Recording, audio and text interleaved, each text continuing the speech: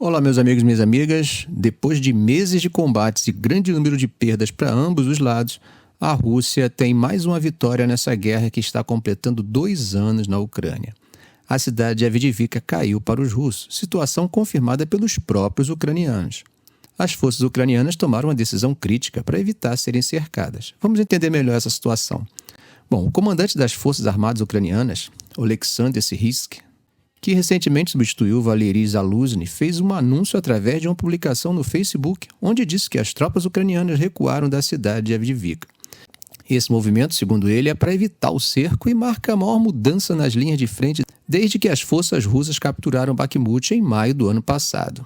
Syrskyi, que assumiu o cargo recentemente, explicou que a decisão foi tomada para preservar a vida e a saúde dos militares, estabilizar a situação e mover as tropas para linhas de defesa mais favoráveis. É bom lembrar que uma das críticas que se fazia ao novo comandante era de que ele não era muito preocupado com o custo de perdas das tropas em suas operações. Bom, ele enfatizou o valor da vida militar, dizendo que os soldados cumpriram seu dever militar com dignidade, fizeram tudo possível para destruir as melhores unidades militares russas e infligiram perdas significativas ao inimigo em termos de pessoal e equipamento. Um dia antes desse anúncio, o comandante ucraniano responsável pelas forças no sudeste do país já havia mencionado que as forças de Kiev haviam se retirado de algumas posições na cidade. Oleksandr Tarnavsky disse que novas posições foram preparadas e poderosas fortificações continuam a ser preparadas, levando em conta todos os cenários possíveis.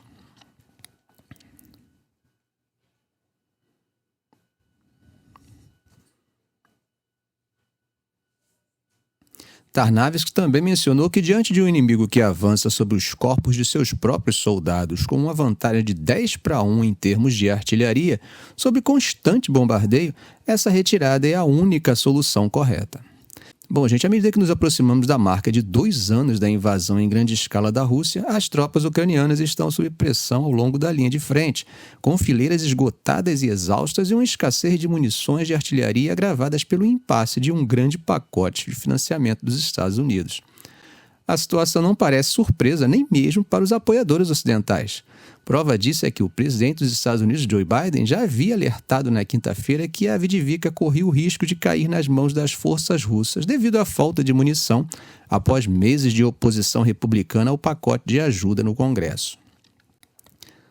A Avdiivka tem sido fortemente bombardeada pelos russos nos últimos meses, mas somente nas últimas semanas eles conseguiram fazer avanços significativos, com pequenos grupos de tropas avançadas conseguindo entrar na própria cidade.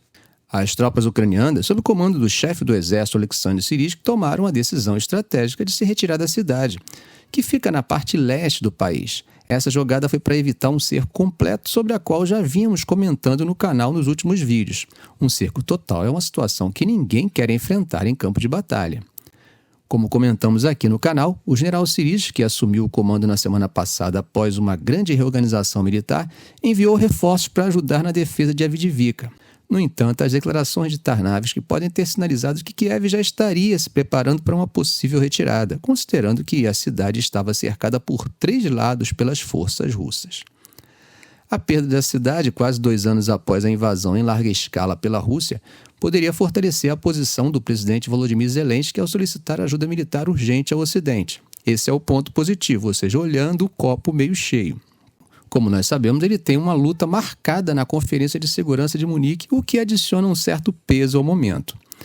Falando sobre o impacto dessa batalha, a Rússia, ao assumir o controle de Avdiivka, que foi bastante devastada pelos combates, isso não apenas lhe dá o controle total da área ao redor de Donetsk, uma grande cidade ucraniana tomada por forças proxies russas em 2014, mas também representaria um ganho simbólico significativo para Vladimir Putin. Não podemos esquecer de mencionar a situação humanitária alarmante. Vitaly Barbarash, o prefeito de Avdiivka, relatou que apenas 923 civis permanecem na cidade, e isso de uma população pré-guerra de cerca de 32 mil pessoas. A maioria que permanece são idosos que se recusam a deixar suas casas mesmo com o calor dos combates.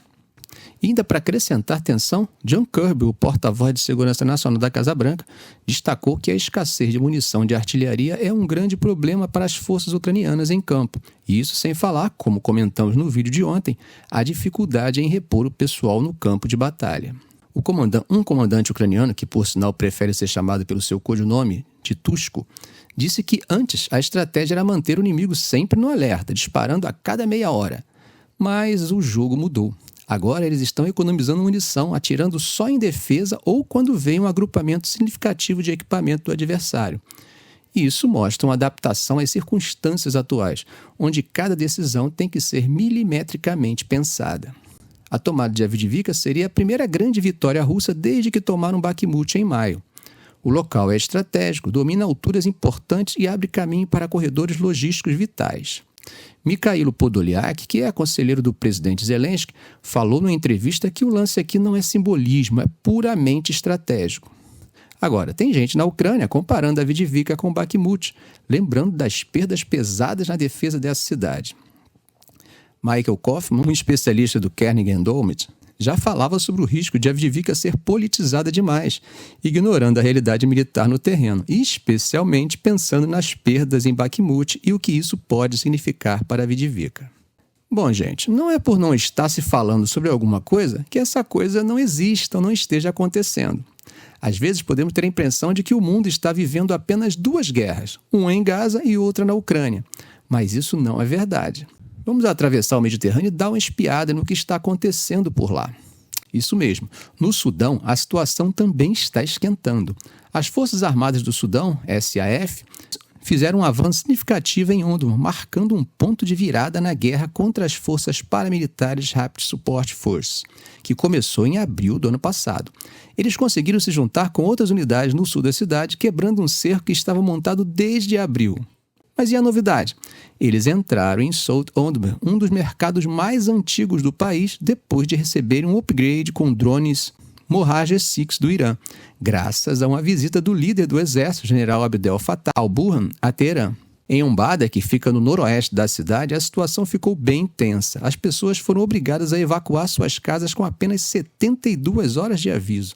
E tem mais, cerca de 100 homens foram presos pelo exército Sudão Árabe, e os relatos são de que eles passaram por situações bem humilhantes, foram despidos, vendados e chicoteados antes de serem liberados. Um caso particularmente trágico é o de Al-Hakim, um ex-mecânico de carros de Umbada. Infelizmente, ele faleceu 2 dias depois dessa experiência terrível. E não era a primeira vez que ele tinha sido preso pelo exército. Já tinha sido detido e supostamente torturado antes. Um dos homens que foram presos compartilhou como foi essa experiência. Disse ele: "Fomos humilhados. Nos disseram que não tínhamos senso de patriotismo enquanto éramos espancados. Alguns de nós choravam." A maioria desses homens pertence ao grupo étnico Gourã, uma minoria no Sudão. Eles trabalhavam nos mercados vendendo e comprando roupas. Como muitas cidades do Sudão, Khartoum tem segregação étnica e racial. E ainda tem a situação das mulheres sudanesas que, diante dessa realidade, procuram refúgio. Uma imagem marcada mostra uma delas segurando uma placa que diz: "Estou vindo do Sudão com minhas filhas, refugiadas em um acampamento." A situação é tão crítica que a ONU já fez alerta sobre o sofrimento épico no Sudão e fez um apelo por 4 bilhões de dólares em ajuda humanitária.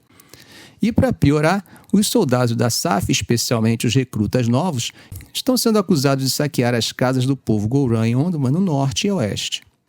Uma das vítimas disse: "Eles nos expulsaram aparentemente só para saquear nossas casas. Eu perdi tudo. Eles levaram todos os meus móveis." Para quem não sabe, Sudão é um país africano que, desde sua independência em 1956, tem sido governado por elites árabes e núbias, uma minoria que vem das tribos ao longo do Nilo, ao norte do Sudão. Em um dos recentes capítulos dessa história, no início de agosto, o exército ordenou que um grupo étnico específico que vivia às margens do Nilo, na região leste de Omdurman, deixasse suas casas. Quando algumas dessas pessoas tentaram voltar para pegar seus pertences, encontraram suas casas ocupadas por soldados e seus bens desaparecidos. É um cenário bem desolador. E a situação em Khartoum, a capital do país, é igualmente grave. Dos 11 milhões de habitantes, a maioria fugiu da cidade devido ao conflito. No entanto, milhões ainda permanecem lá, especialmente os mais pobres e aqueles vindos de estados distantes como Darfur e Kordofã, que também estão sendo palco de lutas intensas. As Forças Armadas sudanesas têm sido acusadas de mirar em grupos não árabes, principalmente aqueles vindos de Darfur, que viviam na cidade de Wad Madani, ao sul de Khartoum, antes de ser capturada pela Força de Suporte Rápido em dezembro. Relatos indicam que dezenas foram mortos e centenas desalojados.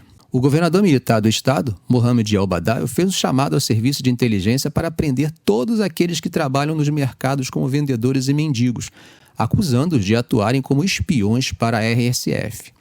A maioria desses comerciantes no Sudão vem de Darfur e Kordofã, regiões marcadas por uma longa guerra civil.